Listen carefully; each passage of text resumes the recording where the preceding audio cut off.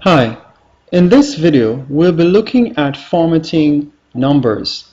Previously we showed you how to use simple functions such as the average function, the min function, and the max function to find the highest value within the range, and also the count function.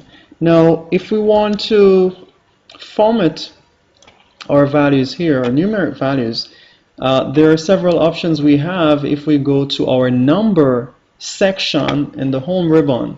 So we can see, for example, decimal places. So if we want to add or subtract or reduce decimal places, we can do that.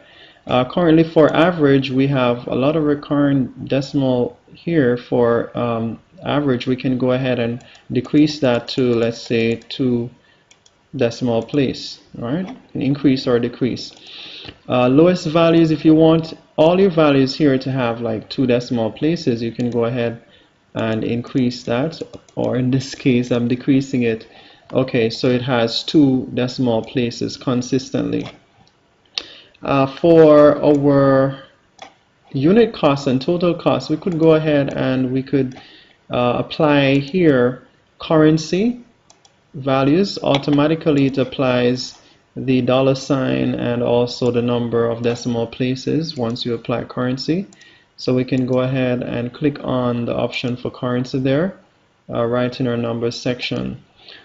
Right, so I hope that you have learned something from this video, and you have just looked at how we format numbers.